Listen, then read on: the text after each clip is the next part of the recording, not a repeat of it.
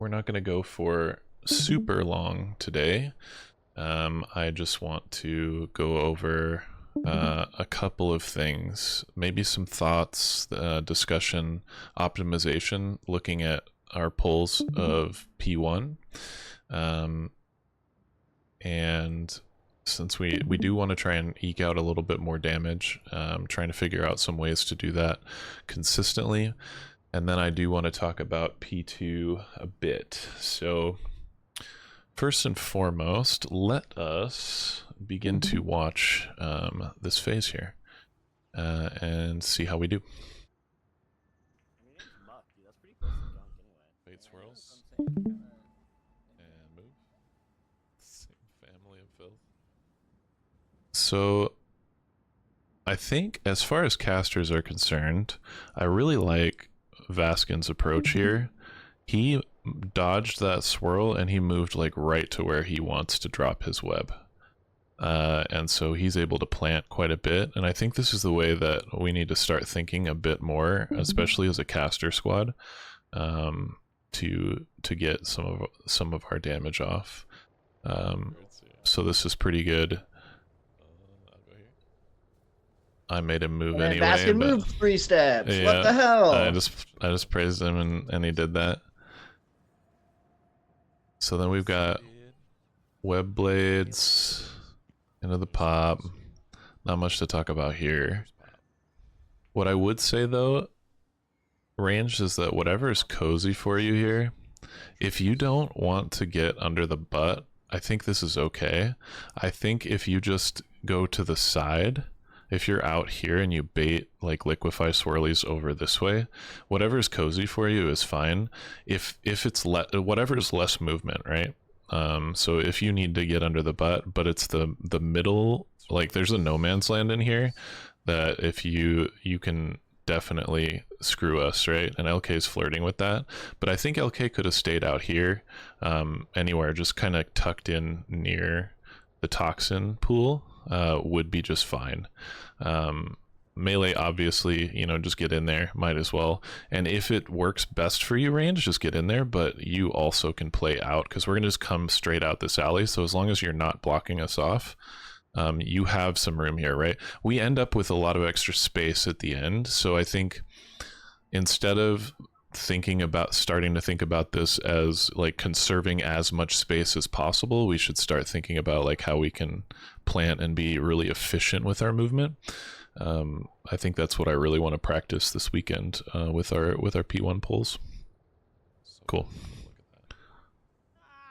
So I entered there. I'm early. I think that was LK's on that one. No, it's all good. I was stacked there. Or there where you dropped your web, I think that web encroaches on melee. Hmm? How you ran far back. Right here? That's the one that's screwing. I think that might be it. Yeah, it could be. We were already getting better at this point, but we'll have to maybe take a look and see if that would be the case. Again, this poll, let's see how far it goes. Here's the other thing here, ranged. Yeah, we'll keep an eye on that. I might have screwed us. Toxins are about to come out, right? And like, look at where we are.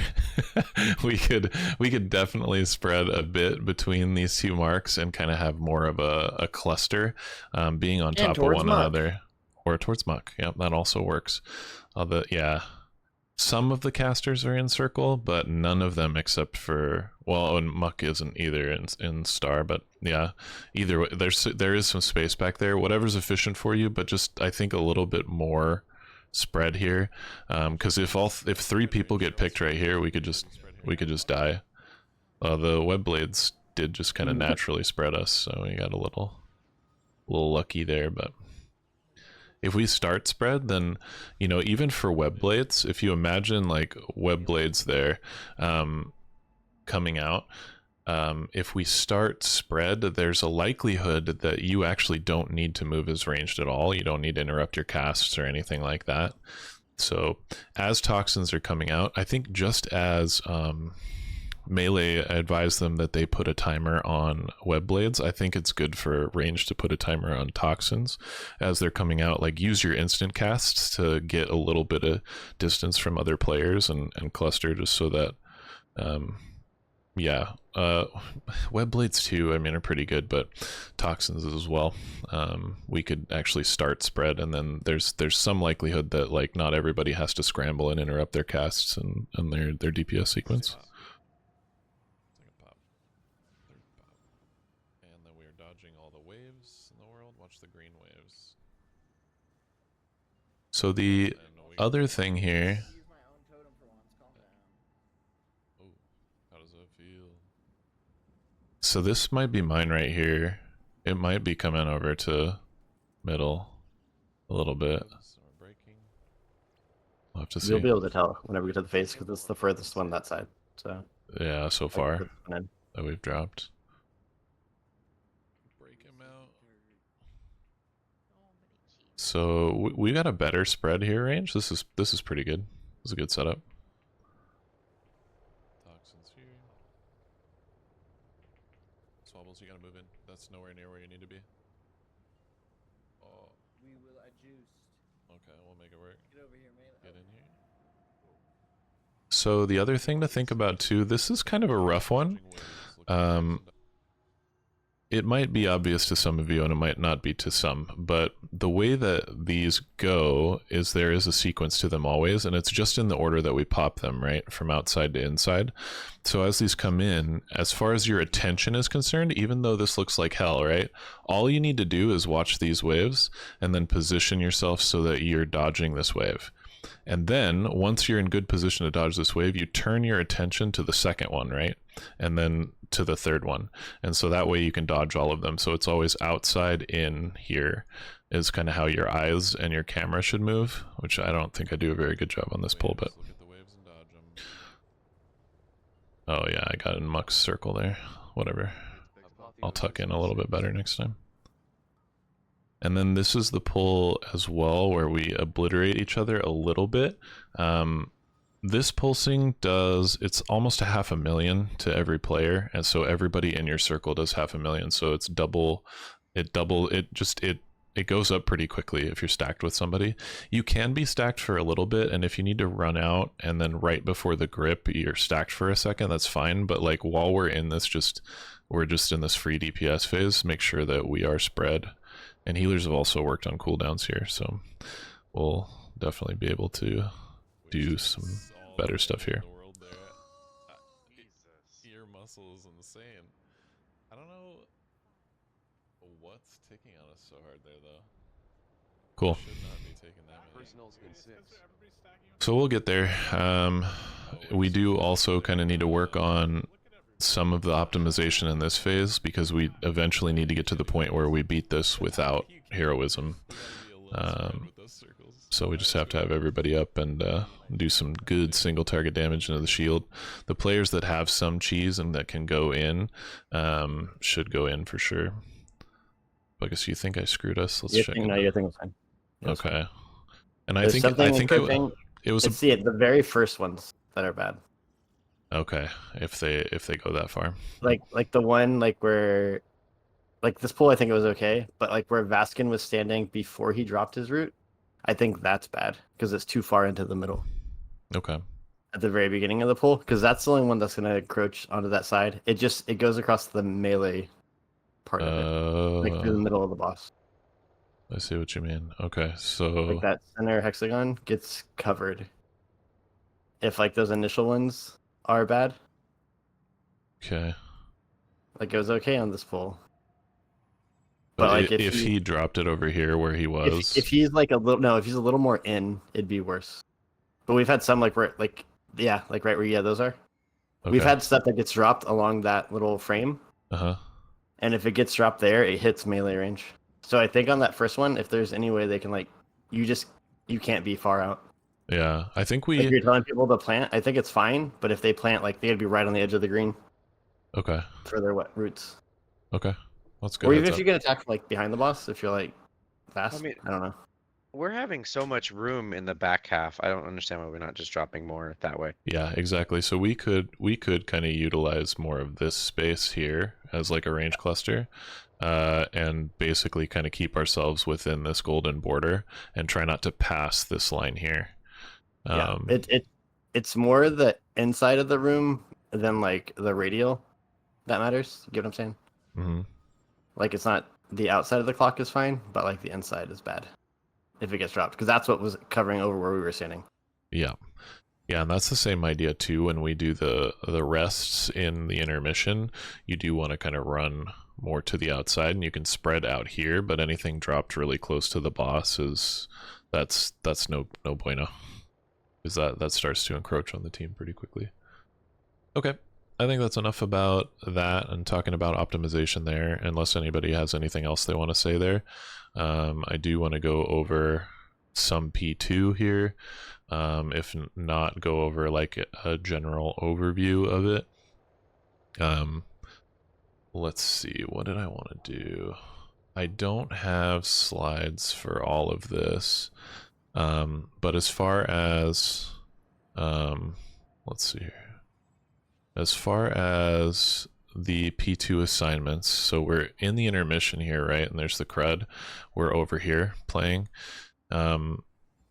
This is the team assignment, so just find your name. This is where you're going. I basically call it right and left because we're going to be here facing the boss, unless you're Maza and you're standing in the crab helping us out over there. It's opposite for you. Maza, you go over here. Everybody else, you can think right and left.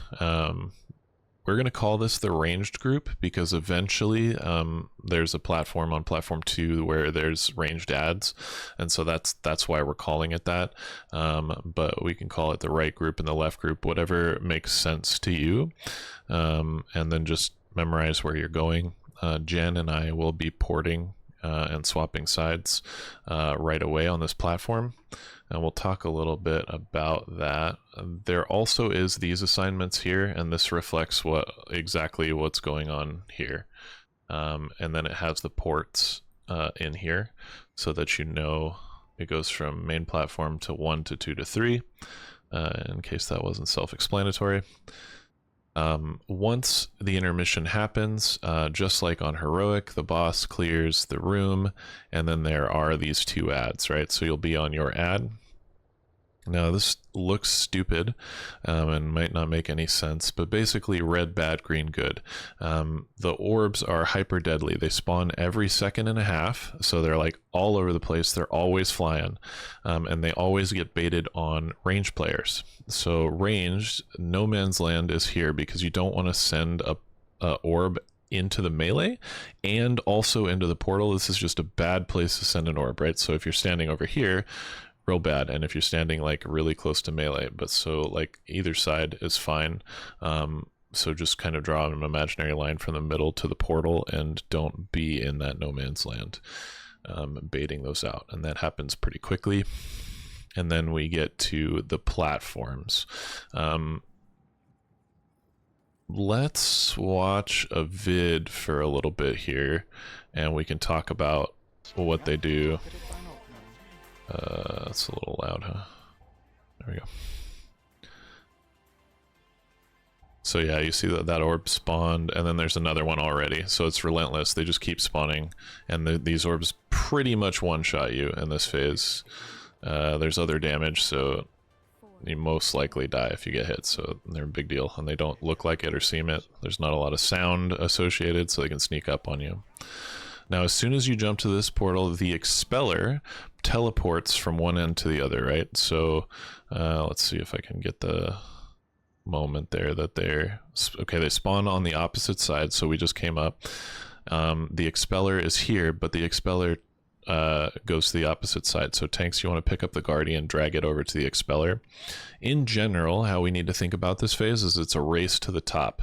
The longer it takes to kill these ads and click these and move up, the more rests we get, and it starts to become more and more deadly very quickly on each platform. And so it's just important that we do this very quickly.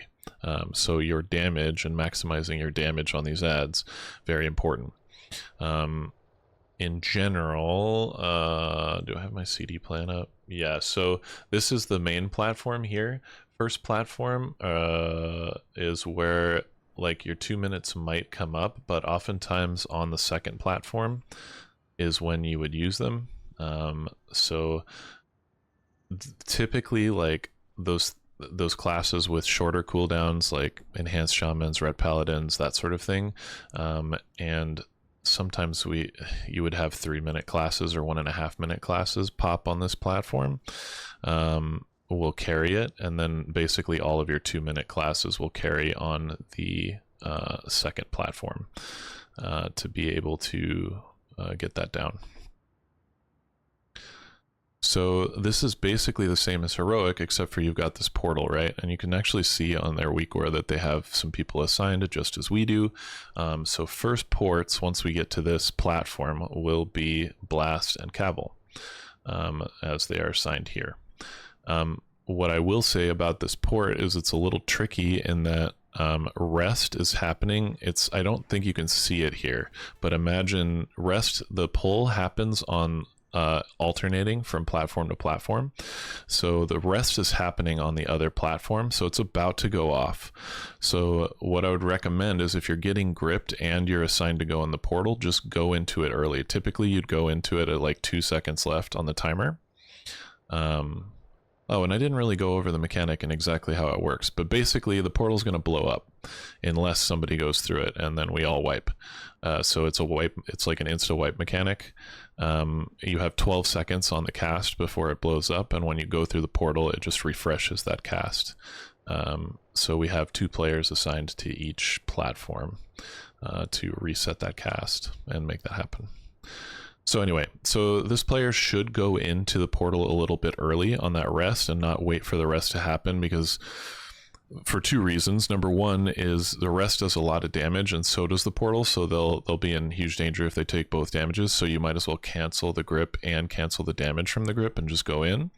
And that happens on the first one for sure, but it's something in general you want to keep an eye out for if you're assigned to go through a portal. That can happen to you. So just watch that timer, and then look at the rest timer and see and make your own judgment call. Sometimes you're able to take the pull in and there's plenty of time on your timer, and sometimes it's going to be really close. And if it's ever close, just go in the portal, cancel the pull, and do it just a little bit early. Is better than late and missing it, or late and also taking the rest damage. Hopefully that makes sense. I belabored that enough.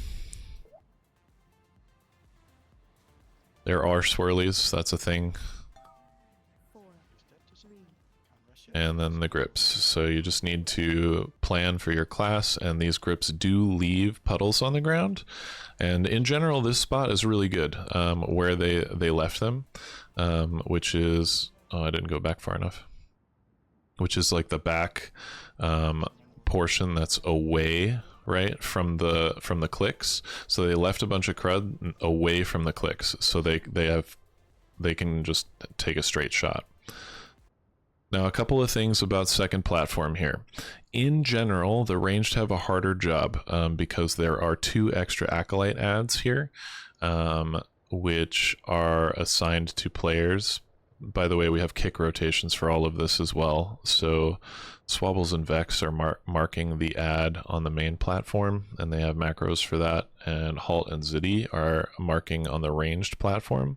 There's 2 acolytes that are hanging down, and they need to be just like the ones in the last phase. The shield needs to be bursted down, and then they need to be kicked. So we have these kicks assigned. So LK and Kalidai, you will actually need to have your kick and talented into that. So just make sure that you have that available. And then we're blowing CDs on this platform for sure. This one also is the most dangerous in terms of damage intake, because you've got rests and you've got double the amount of gloom dispels, so there's lots of burst damage on the group. So you just want to be liberal with your personal CDs and your offensive CDs. Basically kind of empty the bag on this platform, because if we can make it past this one, the third one's not difficult. Cool. So then platform 2. So if it lasts long enough, right, on the first platform, Ziddy and Buckus will go in, and it usually does last long enough. If we do get the clicks and go to the next platform and your portal disappears, don't panic. It'll just reset, and it will call out new people for the next one. It might call you again. I actually don't know that, but we'll figure that out. But that can happen if we just push it early once we start to get comfortable. And then on platform 2, so Caligon and Swabbles, you will be swapping over. So Caligon's moving over to the range side, Swabbles moving over to that melee side. And then we're doing Blast again because No, wait. his Why are we swapping cooldown. again? I'm not misunderstanding why we're. So there's a raid wipe mechanic. There's a portal on each platform, and it has a 12-second cast on it, and the only way to interrupt and reset the cast is by going through the portal and swapping to another side. Oh, so that it swaps me. The portal takes you to the other team. Got it. Understood. Okay, now I get it. Question, Core, I have a question. Yeah. So if say like me and Ziddy's portal does not happen, we will not be on the correct side for our kick rotation on the third platform. Yeah, that's true. So yeah, I would say then we probably just send you guys. Really? I think push. yeah, and I think you guys will watch the ad health, right? It's just based off of the ad health and when we click. So, you know, if it looks like we're gonna kill the ads, just take the port anyway. And make it through. It is semi-dangerous though, so you definitely want to pop a little coolie when you go through the portal. Watch your HP. I also have you guys assigned to kicks and clicks. I mean, for the second porters are good. Like since it's right at the tail end, they're good to click because they're going to be on that side of the platform anyway. That's what I wanted to pull up. Let me grab that here really quick.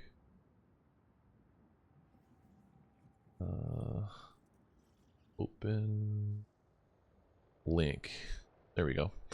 So yeah, we have clicks assigned on the pylons here and the ports, and we'll actually say on your weak aura whether or not once you go through the portal you're either going left or you're going right. But basically first portal goes left to drop away from the clicks, second portal goes right to drop over here. You get the gloom, you get dispelled, and you drop a puddle when you go through the portal. Okay, so we're setting up for the second platform, which I can pull that up here as well. And I just have the ranged one available. Let's see here. Link, is that right? Okay. So yeah, when we get to the second portal, I have this diagrammed out. So star will be marked here first by halt, and Ziddy will go far and mark this with triangle. They're a little bit far to cleave depending on like what class you are. These are all three of these are rooted. The tanks can bring the expeller over here. I believe it just ports over here, so there's not too much to do except for bring these little ads over to the expeller. We can hit these with some stuns to help out the tanks because they do start to stack something as well. So tanks, just be aware of that. We may just have like Yerpal stun his own, and because Yerpal's on the Items. We have 3 shamans. Yerpal's on the melee side. Yeah, stacking. Just like poison shit. Like AMS takes that off me, and if I parry, that takes that off. So Yerpal might be able to get his own, and Mazza might be able to do his own. Ranged. Yeah, Yerpal's on the range side. Yeah, I don't know. I don't believe so. No, I'm second guessing. Oh yeah, Yerpal is on the range. Okay, yeah, Mazza's on the melee side. So, you know, Vex might be able to stun for Mazza. He has a stun anyway for the last phase, if necessary. That's something that we can utilize. I can stun. I'll be on platform 2 at that point. Oh yeah, over here. Yeah, you can stun. And then over here, I think possibly a Swabbles binding if you do it in like just the right spot swabbles where they're still in cleave range of this big guy, might be something that we can do. And Yerp can also leg sweep his own as well. So just some options there. Sometimes the tanks don't really need it, especially now that we're this far in, but it is something to be aware of that we can maybe do to just make it a little bit easier. But again, mostly this platform is about speed, throughput, like damage, and using your personals to make it through all of the dispel and rest damage. Now, ranged, what I'd like to have us do actually is gate from the bottom of this to the top of this. And we want melee to go first, so we're gonna wait for a second here at the top of the ramp, and melee to go first. So Mazla, you can just like charge full speed straight up, and tag the Guardian up here to get your side started. I believe that's the trigger. If you tag the Guardian first, it triggers it. What we're doing there is baiting the first grip onto the melee side, so that ranged has a little bit of time to set up for damage, because in general the thought process is ranged has the harder job here, with more adds with kicks, and typically it's the little adds that have set us back. And if we're going to get a third grip, then it would be on the melee and it wouldn't be on the ranged. So you can bait it on that side. So the range side at this point would be these players here, that will take the gate and wait. Well, actually, that's not true. The other one? It would be this one. Yep, that's this one.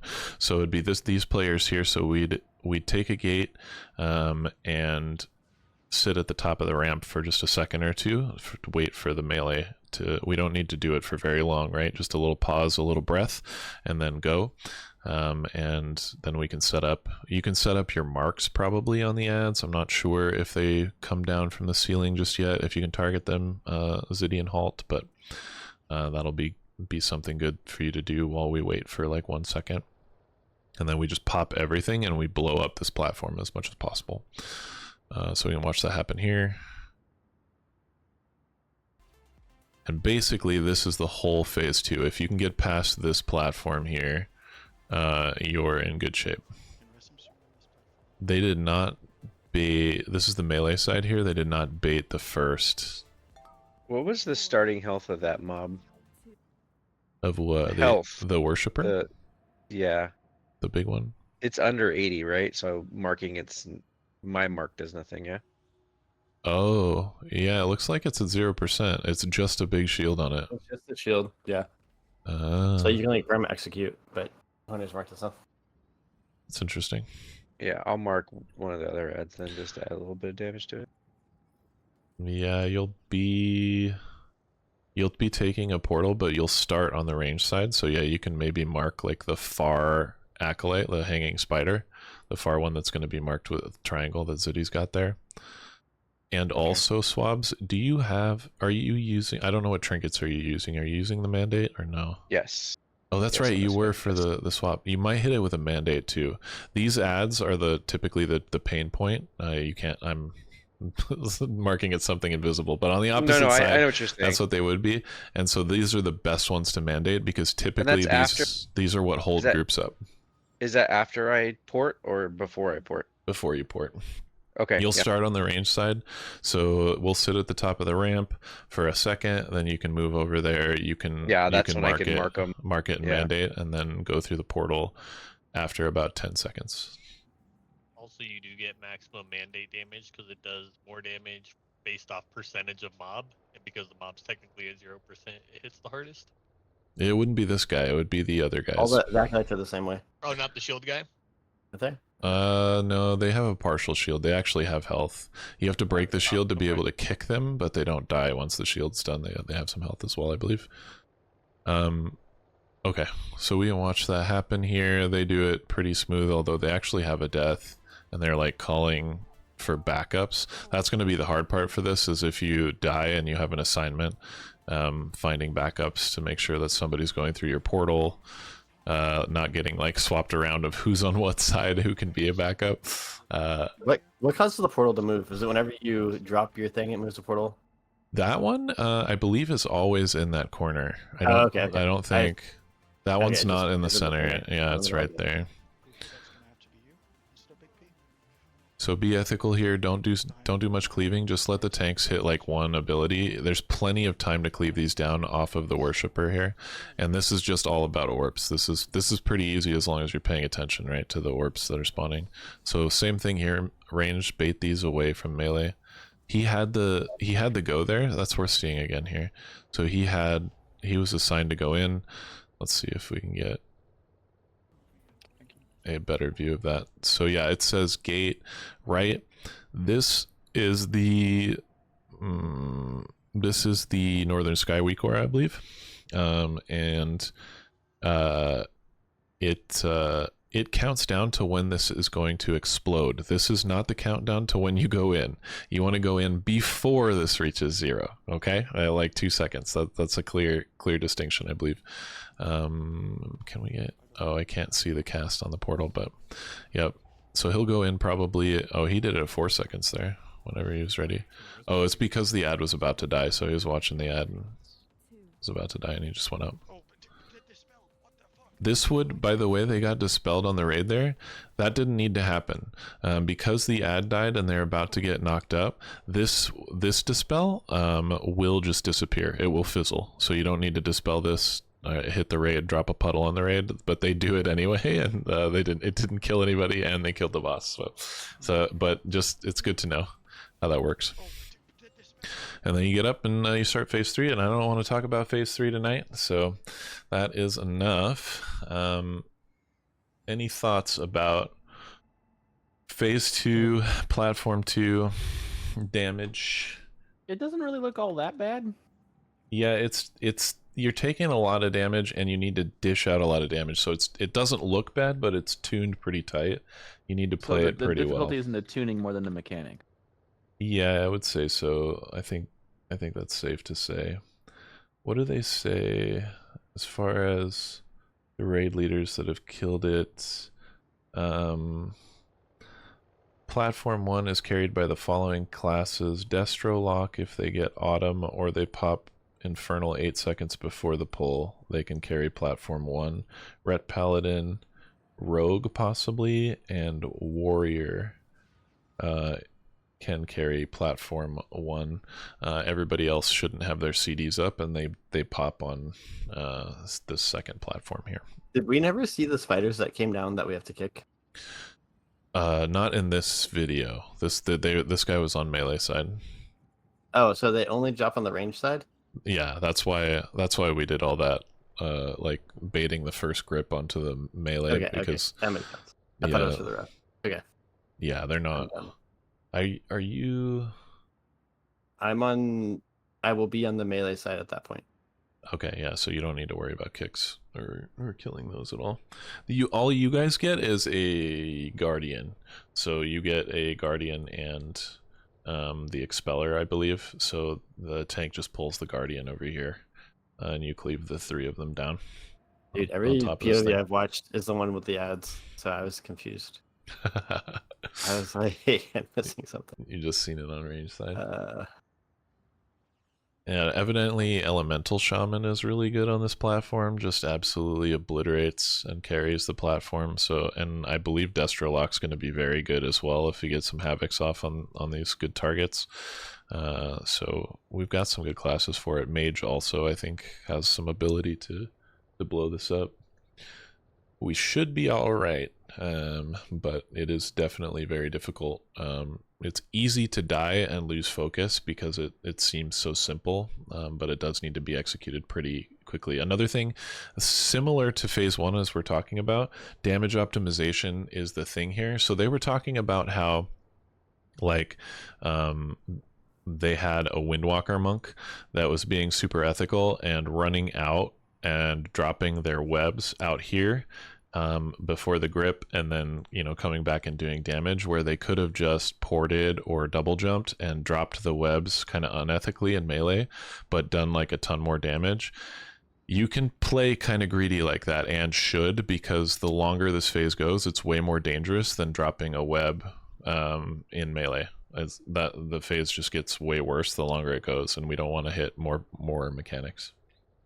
So that's the overall philosophy and how you should approach these platforms. Is like, how do I be so excited? How do I blow them up? Get some uptime. And then and similarly, you can play it smart, right? You know, if you don't have cooldowns and you're not doing any damage and whatever your class is, you can start to play a little bit more ethically and yield to the classes that are popping like and have a bunch of damage. So, you know, there's ways that you can play smart and considerate on this phase and help it out. Sorry, I interrupted. Was it Jan? Yeah. Are the dispels now only from the portal swaps, or is there still like the dispels that go out, I think, in the middle platform? Great question. Yes, there are still dispels that come from this and the ones that come from the portal. So I think as healers, we should prioritize dispelling ourselves. So if you have one on yourself and you dispel it, then you're exempt from dispelling the portal person that comes through. I think that's like a way to do it and organize it.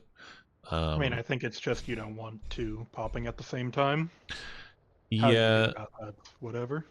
Yeah, and I need to look at that. It's this ad. It's the worshiper here that puts it on the healers randomly. That gloom debuff to be dispelled, and I don't know if that lines up with the portal timing. It might be alternate as long as you just dispel immediately as it becomes available. I think it actually gives you a couple of seconds to top up after each gloom, and it's what I think it's 2 million to the whole group when you dispel. So you actually can handle 2 of them. It's like 2 of them plus a grip that is like really nasty, but we are popping like a bunch of personals on here as well, or should be. So we'll see how it goes, but it's definitely worth being concerned about as the healers to figure out what's going on. It should be you and Muck over here, and then Banna and Banna on the other side. Yeah, we'll be a team on the other side. Cool. Is the plan right now. Cool. All right, does anybody have any other questions or comments about phase 2? I don't want to think too far ahead into phase 3 because I just think that's worthless for right now. But just getting a general idea of how phase 2 is going to go will help our prog, I think. So I think that was worthwhile. Thanks for your attendance and your attention, everybody. Thanks, dude. Yap God. Yeah.